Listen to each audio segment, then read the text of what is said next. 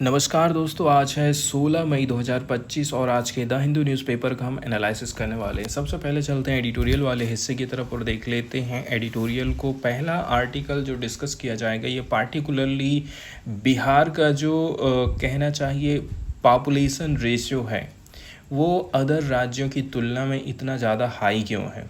Other राज्यों में जो कि 2 है या फिर उससे कम है, वहीं बिहार में ये 3 है। मतलब एक जो महिला है अपनी एवरेज लाइफ में जिस समय में बच्चे को जन्म देने की उम्र रहती है, उस टाइम पीरियड में वो एवरेज 3 बच्चों को जन्म दे रही है। तो एवरेज है, 3 से ऊपर भी हो सकता है, कम बहुत ही देखने को मिलेगा। तो गरीबी and lack of livelihood and income opportunities, 2 चीज़ के ऊपर ध्यान दीजिए आप। गरीबी एंड लाइवलीहुड एंड अपॉर्चुनिटीज़ की कमी होना, मतलब रोजी रोटी की कमी होना। जाहिर सी बात है, जब पिता की इनकम बहुत कम है, मजदूरी करके डेली बेसिस पे वो कमा रहा है, खा रहा है, तो वो क्या काम करेगा, अपनी बेटी का, अपनी फैमिली का जो बोझ है उसको जल्दी से जल्दी कम करने की कोशिश करेगा। उसको ये लगेगा कि लड़की का खर्चा बढ़ते जा रहा है, जितने टाइम तक ये घर में रहेगी उतना ज़्यादा मेरा खर्चा बढ़ेगा, तो मैं एक काम करता हूँ, लड़की की शादी जल्दी कर देता हूँ। अब जब लड़की की शादी जल्दी कर दी गई है तो जाहिर सी बात है, अब लड़की के पास में टाइम पीरियड ज़्यादा रहता है बच्चों को जन्म देने का। जितना लेट करेंगे उतना जो रेंज होता है, क्योंकि महिलाओं में भी एक एज रहती है जिसके बाद में बच्चों का जन्म देना, जो दर है बच्चों को जन्म देने का जो रेट है वो कम हो जाता है महिलाओं में। अब जल्दी शादी होने से और भी ज़्यादा बच्चों के होने की संभावना बढ़ जाती है। ठीक है, तो इसका ये जो कल्चर हम देख रहे हैं ना, इसका गहरा प्रभाव पड़ता है कल्चरल चॉइसेस पर, particularly number of children people है कि लोग कितने बच्चे रखेंगे अपनी लाइफ में। दूसरी नंबर की बात यह है, ये बात शुरू से ही आप सभी लोग जानते हैं कि ज़्यादातर जो मज़दूर लोग हैं, गरीब लोग रहते हैं, वो लोग क्या काम करते हैं, वो केवल बेटों के लिए ही नहीं बट मोर चिल्ड्रन की उनको ज़रूरत पड़ती है। ऐसा इसलिए है कि अभी एक जन कमा रहा है तो 100 रुपये दिन का आ रहा है, 200 रुपये दिन का आ रहा है। यदि उसके तीनों के तीनों बच्चे काम में चले जाएंगे तो आप सोच सकते हैं कि 2 या 600 रुपया दिन का उनका आएगा।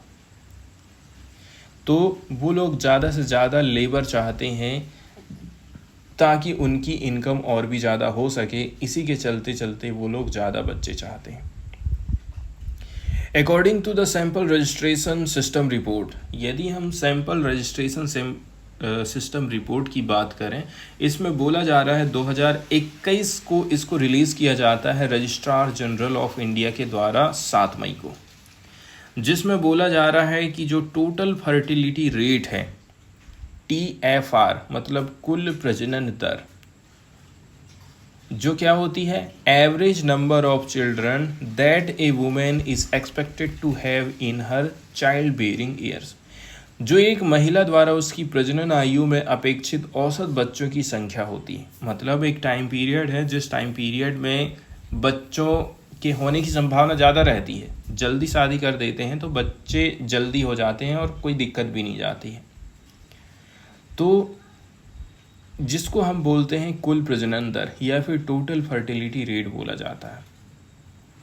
तो इंडिया में एवरेज देखा जाए 2021 में 2.0 थी। मतलब एवरेज रूप से देखा जाए भारत में हर फैमिली में लगभग 2 बच्चे, एक लड़का या लड़की, या फिर लड़की से लड़की हो गई या फिर लड़का ही लड़का हो गया।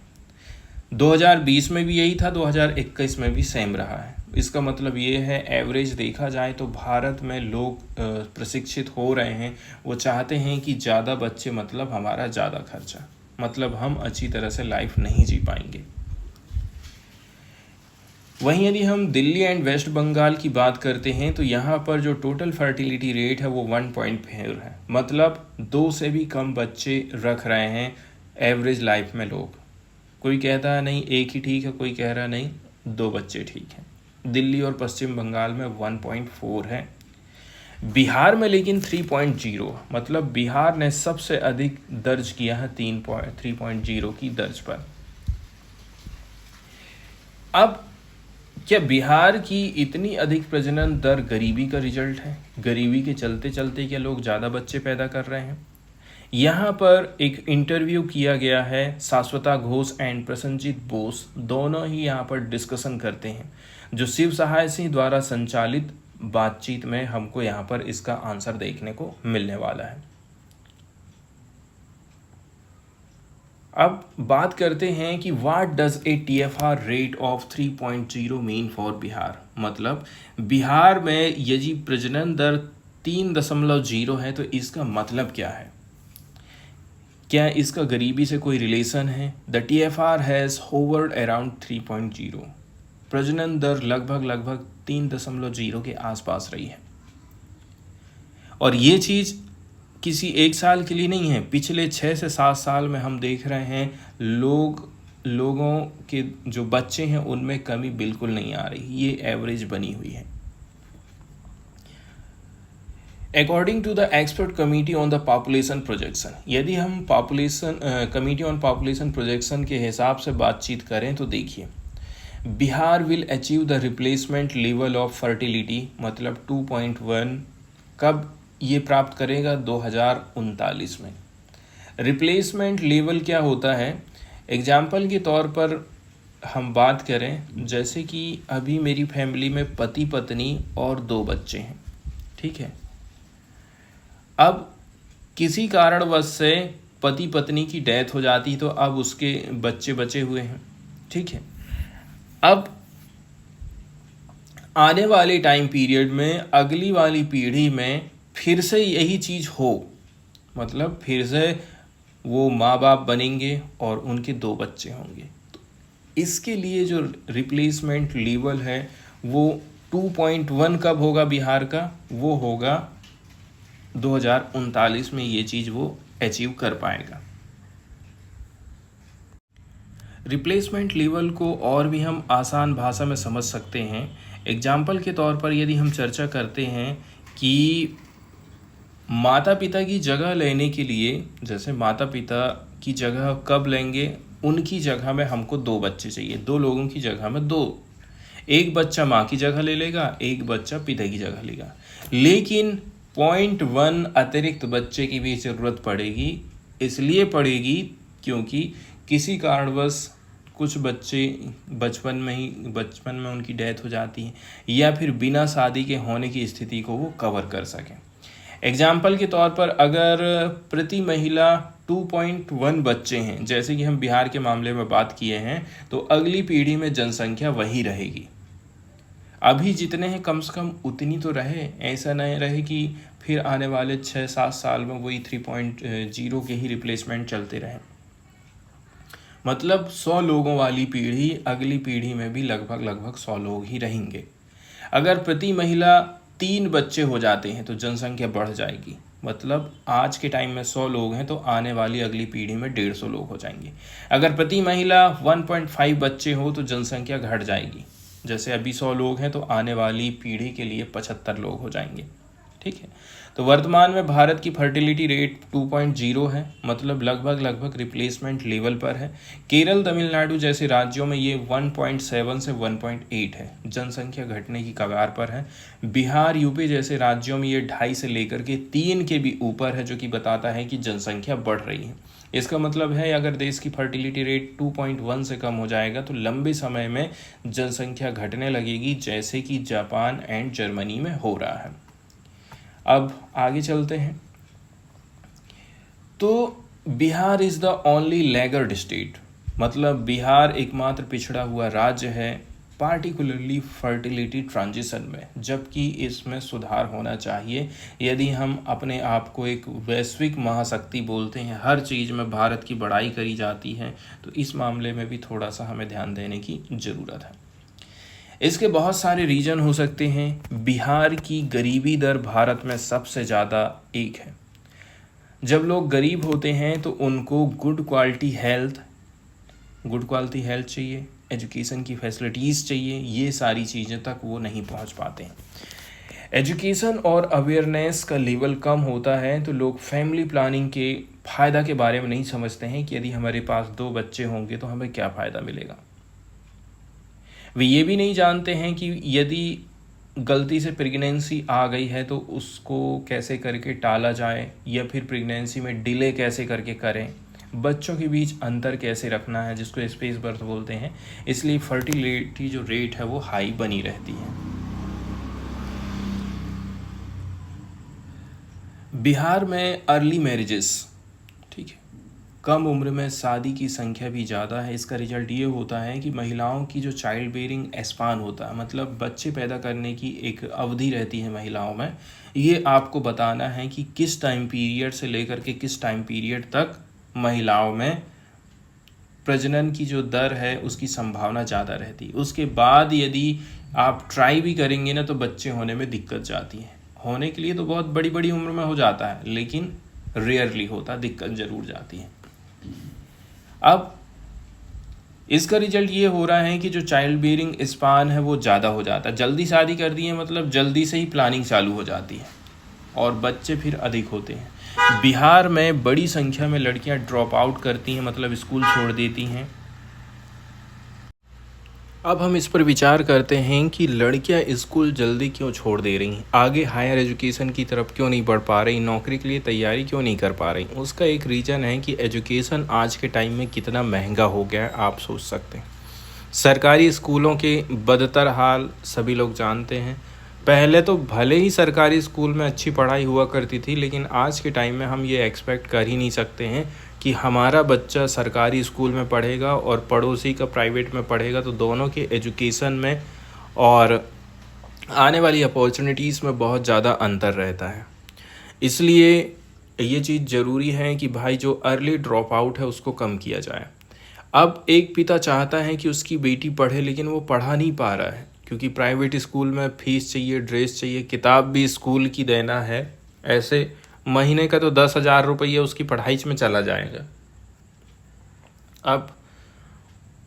अब लड़की स्कूल भी नहीं जा रही, घर में बैठी है, तो जाहिर सी बात है उसकी शादी करना पड़ेगा। शादी कर देते हैं, चले जाएगी अपने ससुराल में रहेगी, एकदम निश्चिंत हो जाएंगे माँ बाप।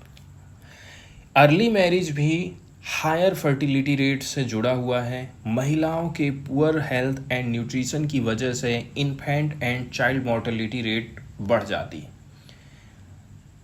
इसका मतलब ये है कि जो गरीब लोग हैं, बेहतर स्वास्थ्य सुविधाएं तक इनकी पहुंच नहीं है।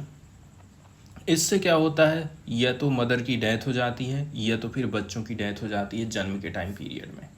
कुछ बच्चे कुपोषित हो जाते हैं, किसी को कुछ हो गया है। ऐसी कंडीशन में अब उनकी जगह लेने के लिए फैमिली ये सोचती है कि नहीं, एक बच्चा की डेथ हो गई तो अब फिर से हमें बच्चा दूसरा पैदा करना पड़ेगा, या फिर एक्स्ट्रा एक बच्चा और रख लेते हैं। ये भी फर्टिलिटी को बढ़ाता है, प्रजनन दर को बढ़ाता है, क्योंकि परिवार ऐसे बच्चों की कंपनसेट करना चाहते हैं, क्योंकि हो ना हो ऐसी कोई दुखद घटना ना हो जाए जिसके चलते चलते बच्चे की डेथ हो जाए। इसके बाद बात करते हैं बेटों की चाहत। ठीक है, लड़की हो गई एक फैमिली में, 8-8 9 लड़कियां आ गई हैं, लेकिन लड़का ही नहीं आ रहा। रास्ता देखते देखते तक ये हालत हो गया। बेटों के लिए कल्चरल प्रेफरेंस और ये अपेक्षा करी जाती है कि वे रोजी रोटी में सहारा देंगे, कमाई में सहारा देंगे, एक और रीज़न है। इसके अलावा बिहार जैसे गरीब राज्य में बच्चे जीवन की शुरुआत में ही फैमिली इनकम में योगदान देने लग जाते हैं, खास करके एग्रीकल्चर में। ये एक और रीज़न है कि परिवार और भी ज़्यादा बच्चे चाहते हैं, ताकि बेटी के चक्कर में बेटी बेटी हो रही, बेटा चाहिए हमको। तो बिहार अकेला ऐसा राज्य नहीं है दोस्तों। झारखंड, मध्य प्रदेश, छत्तीसगढ़ और यूपी जैसे अन्य पुअर स्टेट में भी रिलेटिवली हाई फर्टिलिटी रेट देखी गई है। कौन कौन से राज्य? झारखंड, मध्य प्रदेश, छत्तीसगढ़, यूपी। इन राज्यों के भी जो रीजन है वो समान है। क्यों? जनसंख्या बढ़ रही है, गरीबी है। दूसरे नंबर की बात यह है हेल्थ में पैसा नहीं खर्चा हो पा रहा है, अच्छी एजुकेशन नहीं दे पा रहे हैं, जल्दी शादी हो जा रही है, and low level of awareness, जागरूकता का लो लेवल होना, निम्न स्तर होना, ये भी एक रीजन माना जाता है। अब आगे बताया जाता है कि इसीलिए हाई फर्टिलिटी रेट केवल पर्सनल चॉइसेस से जुड़ी नहीं है, बल्कि एक राज्य के डेवलपमेंट लेवल से भी जुड़ी है। जब हेल्थ एजुकेशन में सुधार करते हैं, अवेयरनेस और इनकम लेवल बढ़ाते हैं, तो फर्टिलिटी रेट कम हो जाती है। यही रीज़न है कि फर्टिलिटी रेट साउथ एंड जो वेस्टर्न पश्चिम के जो डेवलप्ड स्टेट हैं उसमें काफ़ी कम हमको देखने को मिली है। एक रीज़न और बताया जाता है, वो है अपॉर्चुनिटीज़ की कमी, पार्टिकुलरली महिलाओं के लिए। पुअर स्टेट में वुमेन इन वर्कफोर्स की संख्या बहुत कम है, बहुत कम महिलाएं काम धाम में लगी हुई हैं, रोजी रोटी कमाने में लगी हुई हैं। वो ज़्यादातर अपने घर के कामों में ही लगी रहती हैं। जब महिलाएं काम नहीं कर रही हैं, अर्निंग नहीं हो रही है, तो उनको अर्ली मैरिज की ओर जल्दी से धकेल दिया जाता है और वे अधिक बच्चे पैदा करती हैं।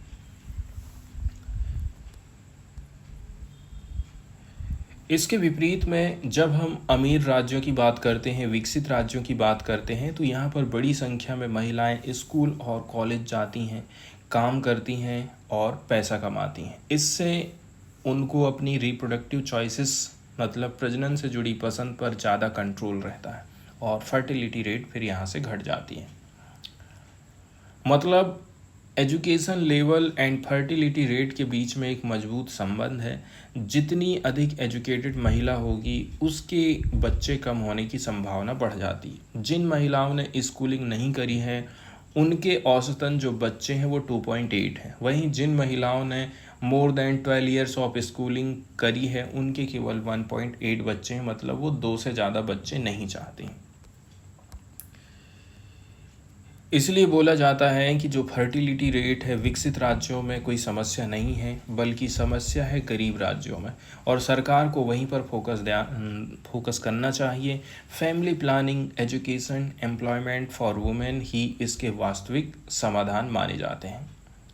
हमें लिटरेसी और हेल्थ एंड न्यूट्रिशन स्टेटस को बेटर बनाने पर ध्यान देना चाहिए, विशेष रूप से वुमेन एंड चिल्ड्रन के लिए। हमें रिप्रोडक्टिव एंड सेक्सुअल हेल्थ के लिए राइट बेस्ड अप्रोच अपनाना चाहिए, ना कि किसी तरह की कोएर्सिव पॉपुलेशन पॉलिसीज, मतलब ज़बरदस्ती चाइना के जैसे वन चाइल्ड पॉलिसी हमें लाने की ज़रूरत नहीं है। हमें इन मुद्दों को जेंडर इक्वालिटी के दृष्टिकोण से भी देखना ज़रूरी हो जाता है। सेकंड वाला जो एडिटोरियल यहाँ पर डिस्कस करने वाले हैं दोस्तों, ये इमेज से ही क्लियर हो जाता है कि यहाँ पर हम चर्चा करने वाले हैं पार्टिकुलरली 12 मई को हम नर्स दिवस के तौर पर सेलिब्रेट करते हैं। ये एक वार्षिक दिन होता है जब हम फ्लोरेंस नाइटिंगेल को सम्मान देते हैं और स्वास्थ्य सेवा के गुमनाम नायक, मतलब नर्स, इन लोगों के लिए हम सेलिब्रेशन करते हैं। हमने इस दिन, मतलब अंतर्राष्ट्रीय नर्स दिवस पर नर्सों की सराहना करी है, लेकिन हमारा जो हेल्थ सिस्टम है, हमारे हेल्थ सिस्टम की ये स्टार हैं, इनको वास्तव में हमें एम्पावरफुल बनाने की तत्काल ज़रूरत पड़ गई है। इसके लिए क्या क्या प्रयास किए गए हैं और क्या क्या चीज़ करने की ज़रूरत है। अभी हाल फिलहाल में देखा जाए दोस्तों, वर्ल्ड्स नर्सिंग रिपोर्ट 2025 हमको देखने को मिली है। WHO की तरफ से इसको रिलीज़ किया गया है, जिसका नाम रखा गया है state of the world's nursing 2025 report. इसमें बताया जा रहा है कि जो ग्लोबल नर्सिंग सेक्टर है, किस प्रकार से बहुत सारी चीज़ों को, क्रिटिकल चीज़ों को फेस कर रहा है, कौन कौन सी समस्याओं को झेल रहा है। भारत में यदि हम नर्सिंग सेक्टर की बात करते हैं तो देखिए, India's nurse to population ratio कितना है।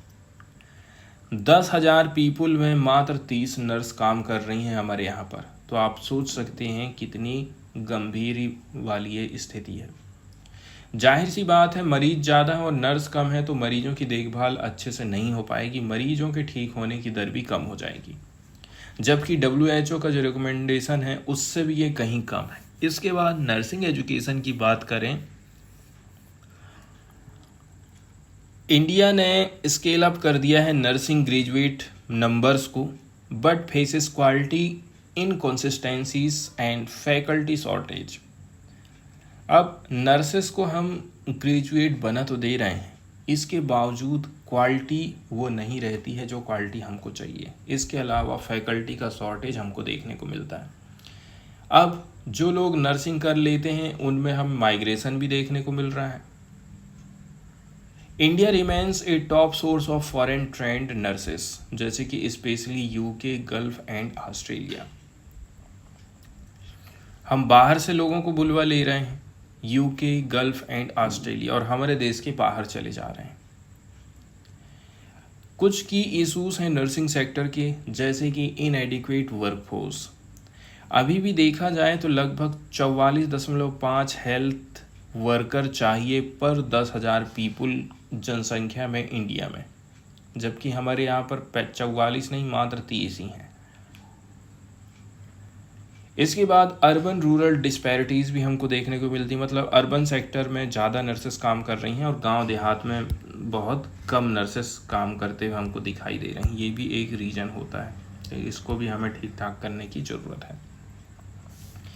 इसके बाद लीडरशिप का रोल इनको नहीं दिया जाता है, बस ये डॉक्टर की असिस्टेंट बनकर रह जाती हैं। ये गोली देना, ये दवाई देना, ये इंजेक्शन लगा देना, बस हो गया। चीफ नर्सिंग ऑफिसर की बहुत कम प्रेजेंस हमको देखने को मिलती है स्टेट एंड नेशनल लेवल पर। इसी के चलते चलती पॉलिसी इन्फ्लुएंस में गड़बड़ी देखने को मिलती है and low public investment. International migration भी हमको देखने को मिल रहा, मतलब हैवी नर्स आउटफ्लो हो रहा है। डोमेस्टिक कैपेसिटी हमारी इससे और भी ज़्यादा कमज़ोर हो जाती है। अब हम सीधे सीधे चलते हैं आर्टिकल की तरफ और देख लेते हैं इस आर्टिकल को।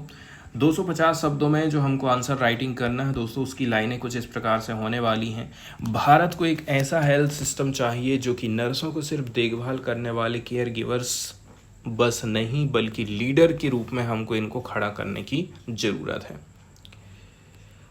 जैसे कि आप सभी जानते हैं 12 मई को हम इंटरनेशनल नर्स डे सेलिब्रेट करते हैं, ताकि जो फ्लोरेंस नाइटिंगेल हैं एंड उनके जो योगदान रहा है नर्सिंग सेक्टर में उनको याद किया जा सके।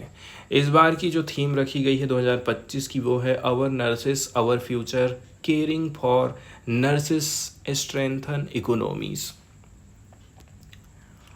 अब नर्स और जो क्या बोलते हैं मिडवाइफ्स होती हैं, दाइयाँ, भारत की कुल हेल्थ वर्कफोर्स का 47% हिस्सा बना रही हैं। ठीक है, आप सोच सकते हैं कि ज़्यादातर जो चीज़ें हैंडल कर रही हैं वो नर्सेस ही हैंडल कर रही हैं।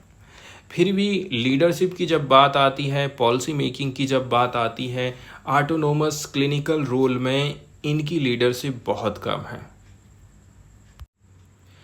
यदि हम इसको और भी ज़्यादा आसान शब्दों में समझने की कोशिश करें तो देखिए, हमारे पास में ज़्यादातर नर्सें ही हैं जो कि काम कर रही हैं हॉस्पिटल में। ठीक है, 100 में से 47। लेकिन लीडरशिप, पॉलिसी मेकिंग या फिर ऑटोनोमस क्लिनिकल रोल्स में मौका बहुत कम दिया जाता है। उन्हें अक्सर सिर्फ डॉक्टर की असिस्टेंट के तौर पर देखा जाता है, जबकि वे अनुभव और ज्ञान के आधार पर बहुत कुछ कर सकती हैं। जैसे कि हम बात कर लें लेस लीडरशिप रोल। सच्चाई ये है कि भारत में ज़्यादातर हॉस्पिटल मैनेजमेंट, स्वास्थ्य मंत्रालय की समिति या फिर मेडिकल काउंसिल्स में डॉक्टरों का दबदबा है, नर्सों की भागीदारी बहुत कम है। जैसे एम्स जैसे बड़े संस्थानों में नर्सिंग ऑफिसर्स को हॉस्पिटल एडमिनिस्ट्रेशन में कोई बड़ी भूमिका नहीं दी जाती है, जबकि वे मरीजों के साथ सबसे ज़्यादा समय बिता रही हैं। फिर पॉलिसी मेकिंग में हम अनदेखी करते हैं। सच्चाई ये है जैसे कि कोविड-19 जैसी महामारी के दौरान टास्क फोर्सेस और स्वास्थ्य नीति बनाने वाली कमेटियों में ज़्यादातर डॉक्टर और बड़े बड़े आईएएस अफसर हुआ करते थे, लेकिन इसमें नर्सें नहीं बैठती थी। वैक्सीन को डिस्ट्रीब्यूट करना है, आईसीयू प्रोटोकॉल जैसे फैसलों में नर्सों के व्यवहारिक अनुभव को नज़रअंदाज कर दिया जाता है। मतलब अब हम बात करें कि तीसरे नंबर की autonomous role, no autonomous role. सच्चाई ये है जैसे कि विदेश की बात करते हैं, यूएसए, यूके में नर्स प्रैक्टिशनर को बिना डॉक्टर के कुछ दवाएं लिखने, डायग्नोसिस करने का अधिकार है, लेकिन भारत में ऐसा नहीं होता है। बिना सलाह के आप दवाई नहीं ले सकते। एग्जाम्पल के तौर पर गाँव में एएनएम को बेसिक ट्रीटमेंट देने का ट्रेनिंग मिलता है, लेकिन उनको फैसले लेने की आज़ादी नहीं है। मतलब माइंडसेट है हमारे दिमाग में केवल असिस्टेंट का। आम धारणा ये है कि नर्स मतलब डॉक्टर के आदेशों का पालन करने वाली, जबकि वे मरीज की देखभाल, मॉनिटरिंग, इमरजेंसी में पहला रिस्पॉन्स वही देती हैं। एग्जाम्पल के तौर पर ऑपरेशन थिएटर में सर्जन को ही सारी क्रेडिट मिलती है, जबकि नर्सें पूरी प्रक्रिया को सुचारू रूप से काम कर रही हैं। अब आगे हम बढ़ते हैं आर्टिकल की तरफ। तो नर्स प्रैक्टिशनर की भूमिका, जो कि स्वतंत्र उन्नत देखभाल देने वाले होते हैं, एडवांस केयर प्रोवाइडर हैं, को Australia, Botswana, Brazil, south Africa, Thailand, United kingdom, America और जाम्बिया में अपनाया गया है। इसकी भूमिका को मान्यता दी गई है। नर्स प्रैक्टिशनर वे रजिस्टर्ड नर्सें होती हैं जो कि एडवांस प्रैक्टिसेस करती हैं। ठीक है, एडवांस प्रैक्टिसेस कर रही हैं मतलब स्पेशलाइजेशन इनको आप कहना चाहिए हासिल हो गया कुछ कुछ काम करने का, जैसे कि clinical nurse specialist, certified nurse midwifes, certified registered nurse anaesthetist. Anaesthetist वो लोग रहते हैं जैसे कि कोई ऑपरेशन करना है ना बड़ा, तो उनको अपन सुन्न करते हैं, उन्हें स्पेशलाइज्ड ट्रेनिंग प्राप्त रहती है, आमतौर पर मास्टर लेवल पर। वे कई सारे सेक्टर में स्वतंत्र रूप से रोग का निदान कर सकती हैं, डायग्नोस करेंगी, ट्रीटमेंट करेंगी और दवा लिखने के लिए सर्टिफाइड हैं, इनके पास सर्टिफिकेशन है। दिक्कत वाली बात यह है कि भारत ने विशेष रूप से अंडर रिजर्व एरियाज में, पिछड़े क्षेत्रों में हेल्थ सर्विसेज की पहुंच बढ़ाने के लिए नर्स प्रैक्टिशनर की ज़रूरत को पहचाना है। कैसे अब पता चलेगा? हम बात करें जैसे कि नेशनल हेल्थ पॉलिसी 2017 की। इसने माना है कि मिड लेवल प्रोवाइडर जिसमें नर्स प्रैक्टिशनर शामिल हैं, प्राइमरी केयर के लिए बहुत ज़्यादा ज़रूरी है। हालांकि भारतीय नर्सिंग परिषद ने जो संरचित नर्स प्रैक्टिशनर कार्यक्रमों की शुरुआत भी करी है, जैसे कि 2017 में क्रिटिकल केयर के लिए एनपीसीसी और प्राथमिक स्वास्थ्य देखभाल के लिए एनपीपीएचसी का गठन करना, लेकिन उनका इंटीग्रेशन अभी बहुत स्लो है। अब जैसे कि हम पश्चिम बंगाल की नर्स प्रैक्टिशनर इन मिडवाइफरी 2002, तेलंगाना और केरल में इसी प्रकार की जो स्कीमें आई थी, स्पष्ट लीगल फ्रेमवर्क, इसके अलावा defined role and protected titles के अभाव में सफल नहीं हो पाती। क्या क्या चीज़ चाहिए? कानूनी मान्यता चाहिए, क्या इनका रोल रहेगा, एंड प्रोटेक्टेड टाइटल्स। कुछ संस्थानों ने विस्तारित भूमिकाओं के लिए इन हाउस ट्रेनिंग भी चालू किया है। ठीक है, इन हाउस ट्रेनिंग के अंतर्गत ये क्या क्या काम करते हैं, जैसे कि स्टोमा नर्स, मधुमेह शिक्षक, स्ट्रोक नर्स, ठीक है, स्ट्रोक नर्स। लेकिन इन पदों को रेगुलेटरी बेकिंग मिलना ज़रूरी है, नेशनल लेवल पर रिकॉग्निशन मिलना ज़रूरी है, तभी तो ये इनकी ट्रेनिंग काम में आने वाली है। अब भारत की तरफ से हम बात करते हैं एजुकेशन प्रोग्राम्स की। तो हमारे जो एजुकेशन प्रोग्राम इस प्रकार से बनाए गए हैं कि वे advance clinical skills, diagnosis, treatment, limited prescribing authority and community engagement पर ध्यान केंद्रित करते हैं। क्या क्या चीज़? एडवांस क्लिनिकल स्किल, मतलब क्लिनिकल स्किल तो हम अच्छा खासा दे रहे हैं, निदान के लिए भी बात कर रहे हैं कि थोड़ा बहुत मरीज आया है तो उसकी जांच पड़ताल हो, ट्रीटमेंट भी करवा ले रहे हैं, लेकिन दिक्कत यह है दवा लिखने की पावर लिमिटेड रहती है नर्सों की।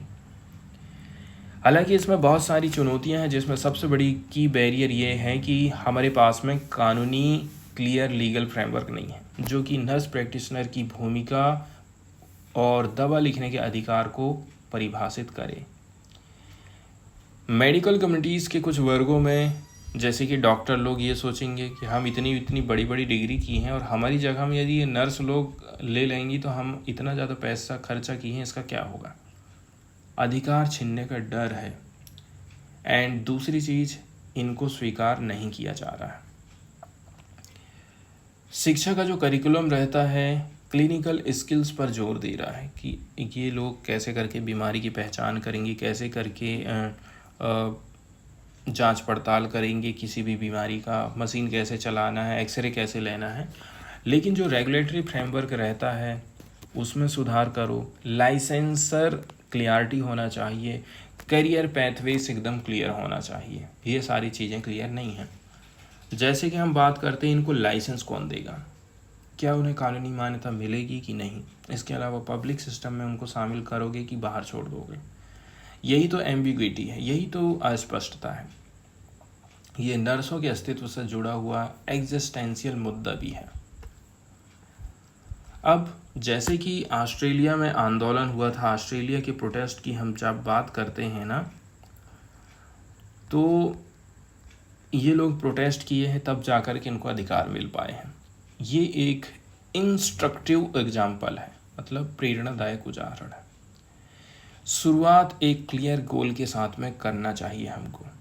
पिछड़े क्षेत्र में हेल्थ सेक्टर की पहुंच को सुधारना, इसके अलावा क्वालिफाइड नर्सेस को क्लिनिकल ऑटोनॉमी प्रोवाइड करना, ये उनकी डिमांडें रही थी। अब ये पॉलिसी सफल हो गई। क्यों? क्योंकि इसमें नेता लोग भी शामिल थे, उन लोगों का सपोर्ट भी रहा था। वो लोग भी इस चीज़ को समझते हैं कि क्या चीज़ देना चाहिए और क्या चीज़ नहीं देना चाहिए। नर्सिंग आंदोलनों को पॉलिसी डायलॉग में जगह दी गई थी उनके द्वारा। फिर कानून ने नर्सिंग प्रैक्टिशनर टाइटल को सेव करके रखा, लाइसेंसिंग प्रक्रिया को फॉर्मल बना दिया एंड कैरियर के लिए सीढ़ियां बनाई गई कि भाई नर्स प्रैक्टिशनर का क्लियर एकदम क्लियर है।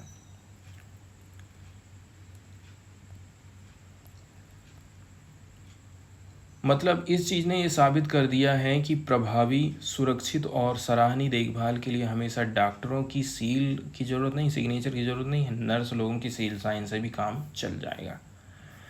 भारत में नर्सों की ऑटोनॉमी के विरोध का कारण केवल नीति में कमियां नहीं है, बल्कि ये सांस्कृतिक, gender and hierarchies and biases से भी जुड़ा है। जो नर्सों, ज़्यादातर महिलाएं रहती हैं, को डॉक्टरों के अधीनस्थ के रूप में माना जाता है। सब ऑर्डिनेट मतलब अधीनस्थ। ये माइंडसेट पॉलिसी डिसीजन को प्रभावित करती है, जिसमें मेडिकल कमिटीज़ के द्वारा नर्स प्रैक्टिशनर की भूमिकाओं का विरोध किया जाता है, जबकि ग्लोबल एविडेंस उनकी इफेक्टिवनेस को बताते हैं कि ये बहुत ज़्यादा इफेक्टिव है। नर्सिंग एजुकेशन सेक्टर में भी एक संकट है, क्राइसिस है, वो है लैक्स रेगुलेशन एंड करप्शन। हालांकि 2023 का नर्सिंग एंड मिडवाइवरी आयोग अधिनियम भी आया, सरकार ने कानून भी लेकर के आई, सुधार का तो संकेत दे रहा, पर उसके जो असली प्रभाव है ना, अभी भी अनसर्टेन है। इस प्रकार से इन चुनौतियों की और भी ज़्यादा बढ़ा दे रहा है। एक मजबूत और यूनिफाइड नर्सिंग आंदोलन की कमी है, जिसके चलते चलते पॉलिसी प्रोसेस नहीं हो पा रहा है आगे से, क्योंकि इसके लिए नर्सों को ही आगे आने की ज़रूरत है।